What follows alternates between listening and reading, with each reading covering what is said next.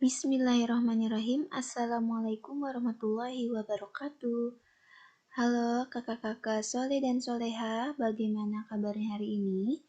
Mudah-mudahan selalu dalam keadaan sehat walafiat ya.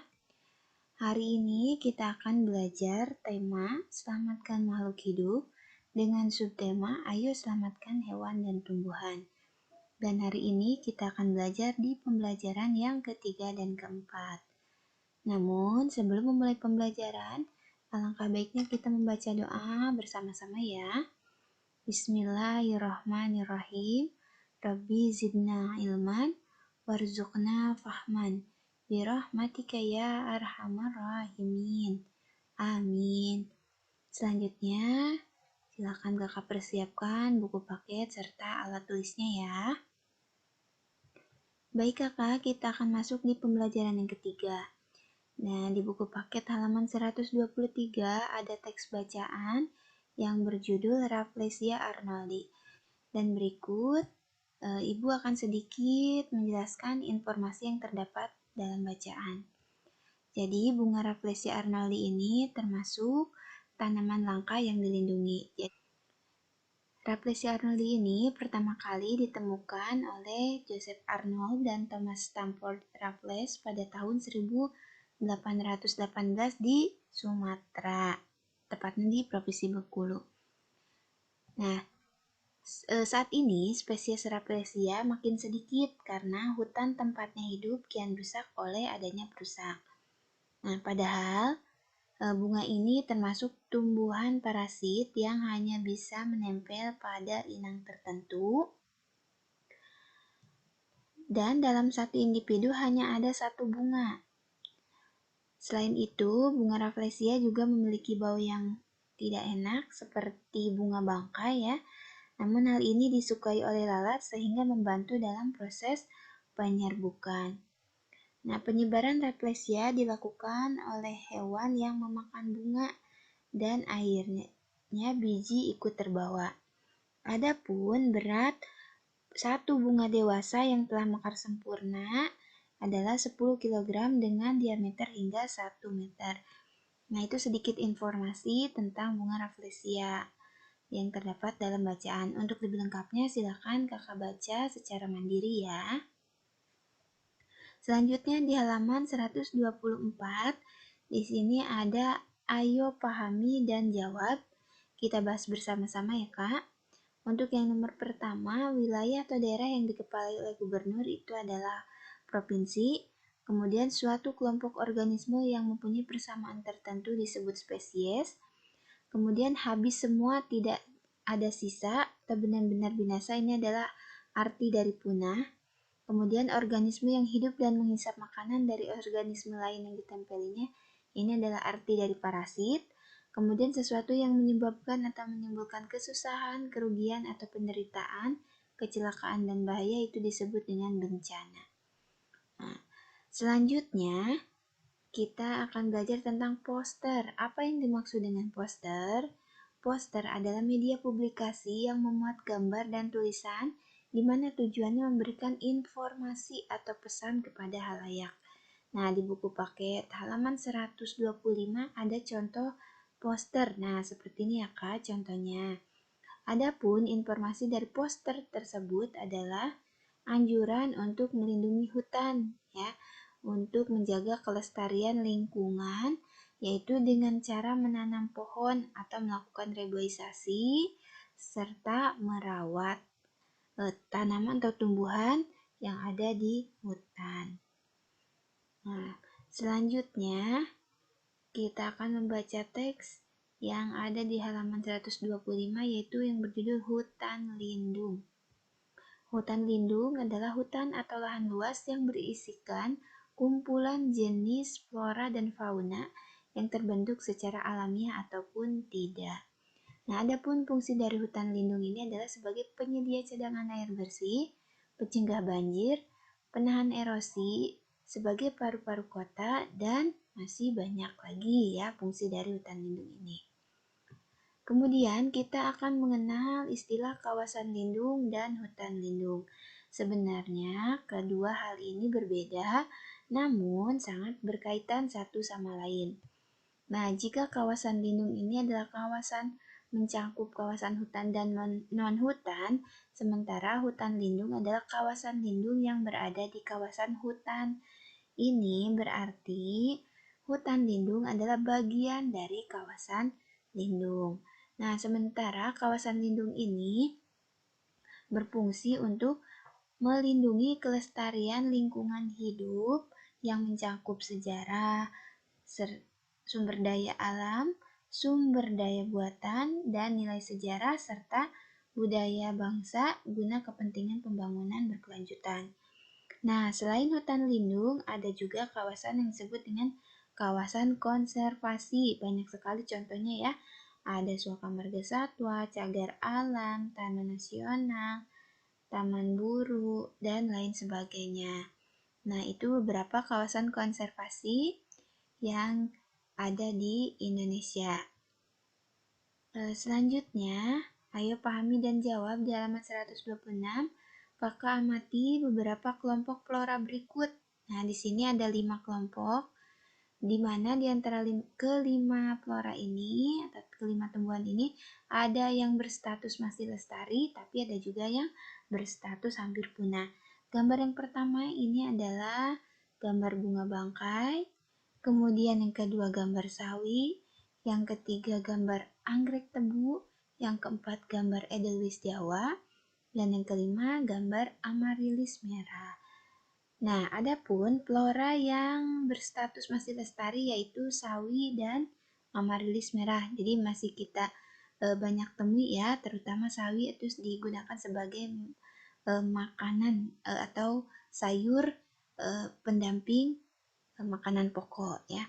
Kemudian flora yang berstatus hampir punah yaitu bunga bangkai, anggrek tebu, dan edelweiss Jawa. Selanjutnya, setelah kita membaca teks yang berjudul hutan lindung, kita akan menjawab beberapa pertanyaan berikut ya. Yang pertama, apa yang dimaksud dengan hutan lindung? Jadi hutan lindung adalah suatu hutan yang dilindungi kelestariannya agar terhindar dari kerusakan.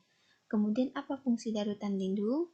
Fungsinya yaitu sebagai penyedia cadangan air bersih, pencegah banjir, penahan erosi, sebagai paru-paru kota, dan lain-lain. Kemudian sebutkan 3 contoh hutan lindung. Nah, ya di sini Ibu menuliskan hutan lindung Wehea, hutan lindung Sungai Wain, dan hutan lindung Alas Ketu. Nanti kakak bisa mencari sumber lainnya tentang contoh hutan lindung. Yang keempat, apa yang kamu ketahui tentang kawasan lindung? Jadi kawasan lindung adalah kawasan hutan dan non-hutan yang berfungsi melindungi kelestarian lingkungan hidup. Kemudian, apa yang terjadi bila Indonesia tidak memiliki kawasan maupun hutan lindung? Nah, inilah akibatnya yaitu tentunya kelestarian lingkungan hidup akan terancam, misalnya habitat hewan dan tumbuhan tidak ada. Kemudian berkurangnya cadangan air bersih, terjadinya banjir, erosi, atau mungkin polusi udara karena tidak adanya paru-paru kota. Selanjutnya, kita akan mengenal jenis-jenis kawasan konservasi. Ini tadi ada di bacaan teks ya Kak, yang di halaman 125 sampai 126. Jadi, kawasan konservasi ini ada 3 jenis yaitu suaka alam, kawasan pelestarian alam, dan taman buru. Suaka alam ini adalah hutan konservasi yang dilindungi dan dipelihara keadaan alaminya secara utuh untuk tujuan penelitian ilmiah, pendidikan, pemantauan lingkungan, dan sumber daya genetik. Contoh dari suaka alam yaitu cagar alam dan suaka marga satwa. Kemudian kawasan pelestarian alam adalah kawasan dengan ciri khas tertentu, baik darat maupun perairan, dan berfungsi sebagai perlindungan sistem penyangga kehidupan, pengawetan keanekaragaman jenis tumbuhan dan satwa, serta pemanfaatan sumber daya alam hayati dan ekosistemnya. Adapun contoh kawasan pelestarian alam yaitu Taman Nasional, Taman Wisata Alam, dan Taman Hutan Raya. Dan yang ketiga yaitu Taman Buru. Taman Buru adalah hutan konservasi yang memiliki fungsi utama sebagai akomodasi untuk wisata buru. Jadi kegiatan perburuan di Taman Buru ini diatur ketat ya, terkait dengan waktu atau musim berburu serta jenis binatang yang boleh diburu serta senjata yang boleh dipakai. Adapun contoh taman buru yaitu Taman Buru Gunung Masigit Kareng Umbi yang berada di Kabupaten Sumedang, Jawa Barat. Kemudian kita akan mengenal tanaman yang juga hampir punah yaitu kantong semar. Nah, kantong semar ini memiliki nama latin Nepenthes sp. Atau di beberapa daerah nama kantong semar ini ada yang menyebut dengan priok monyet, kantong beruk, ketau, ketakung, sorok raja mantri, ketupat napu, telep ujung, selo bengongo. Nah, kantong semar ini memiliki ciri khusus yaitu menghasilkan cairan untuk menarik perhatian serangga, mempunyai lapisan lilin untuk menjabak hewan yang sudah tertarik, memiliki organ berbentuk kantong yang menjulur dari ujung daunnya. Jadi ini untuk menangkap serangga sebagai makanannya ya, karena kantong semar ini termasuk tumbuhan karnivora atau pemakan hewan ya. Kemudian habitat dari kantong semar yaitu di tempat yang lembab dan minim cahaya matahari. Kemudian penyebab kelangkaannya itu karena perburuan liar, kemudian diperdagangkan secara liar juga, dan adanya koleksi tanaman hias serta kerusakan habitat dari kantong semar sendiri. Adapun upaya dalam menjaga kelestarian kantong semar diantaranya melindungi tanaman tersebut dalam habitat aslinya ataupun dengan melakukan perkembangbiakan di luar habitat aslinya.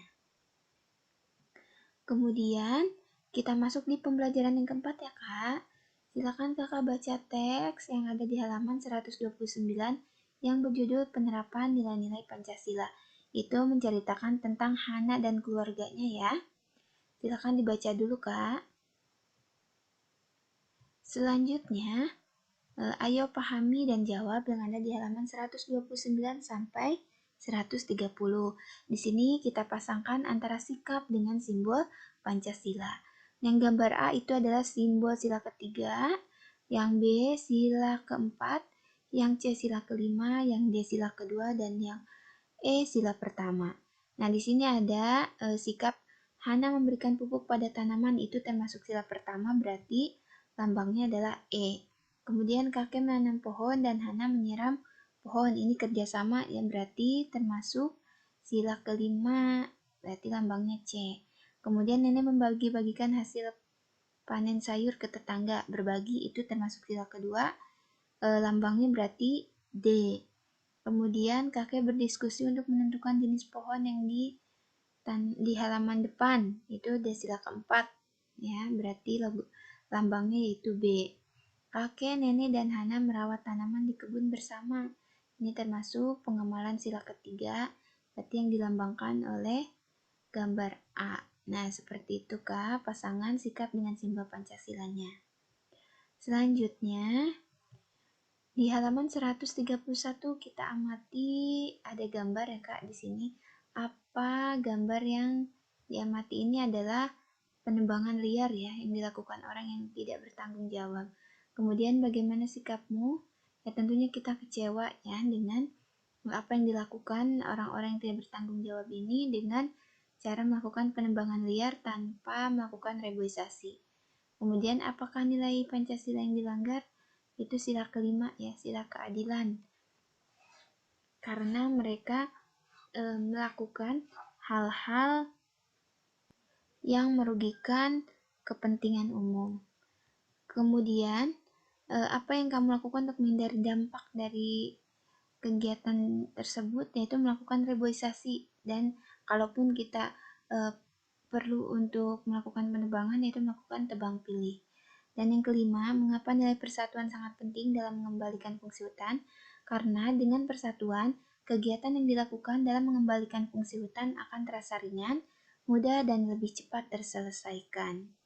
Selanjutnya kita akan membaca teks yang ada di halaman 131 sampai 132 yang berjudul Daun Payung.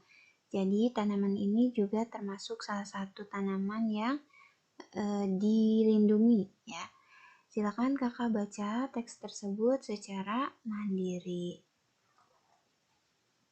Di halaman 132, perbaiki teks berikut, kemudian perhatikan penggunaan huruf kapital dan tanda baca. Nah, di sini ada bacaan yang perlu diperbaiki penulisannya, ya. Nah, di sini Ibu sudah membuat hasil perbaikannya. Yang pertama yaitu tumbuhan daun sang. Daun sang ini jika di awal memakai huruf kapital seharusnya tidak usah ya, karena di tengah kalimat. Kemudian juga Johannes Tismania itu adalah bahasa ilmiah atau bahasa asing sehingga penulisannya harus dimiringkan. Kemudian kata lebar setelah titik jika di awal tadi menggunakan huruf kecil itu seharusnya huruf kapital. Kemudian juga mencapai 1 meter, nah itu harusnya ada tanda titik terlebih dahulu. Kemudian setelah kata sayangnya gunakan tanda koma. Selanjutnya kata daun setelah tanda titik itu menggunakan huruf kapital. Ada juga istilah flora itu menggunakan huruf kecil saja ya karena di tengah kalimat. Ada juga kata Sumatera di awal penulisannya Sumatera, seharusnya Sumatera penulisannya. Di paragraf yang kedua itu ada kata matahari, di kesalahannya itu menggunakan huruf kapital, padahal seharusnya menggunakan huruf kecil saja karena di tengah kalimat. Kemudian setelah kata langsung ada tanda koma. Kemudian kata daun setelah titik adalah menggunakan huruf besar, dan juga setelah kata membentuk rumpun itu seharusnya ada koma. Nah, mungkin itu saja perbaikannya ya Kak. Silakan Kakak teliti, cermati apa kesalahan dari penulisan teks tersebut. Selanjutnya, informasi dari daun payung Kakak bisa temukan dengan membacanya secara seksama. Di sini Ibu akan menuliskan kalimat yang memuat fakta. Yang di pembelajaran sebelumnya Kakak pernah belajar tentang kalimat fakta ya, yang di sini Ibu hanya menuliskan dua, yaitu daun payung adalah tanaman yang tumbuh tunggal dengan daun yang sangat besar dan bisa memiliki panjang antara 3 hingga 6 meter dan lebar 1 meter. Kemudian daun sang memiliki daun yang berwarna hijau, tepian daun yang berduri dan keras, bercuping kecil, serta memiliki pangkal dengan urat ke pokok daun. Adapun kesimpulannya yaitu daun payung merupakan jenis tumbuhan palem yang mempunyai daun lebar, besar, dan relatif kuat dengan warna hijau. Nah, alhamdulillah kakak, materi tematik hari ini telah selesai. Mudah-mudahan apa yang disampaikan bisa dipahami. Terima kasih untuk semuanya dan selalu jaga kesehatan. Sampai jumpa di pertemuan selanjutnya. Wassalamualaikum warahmatullahi wabarakatuh.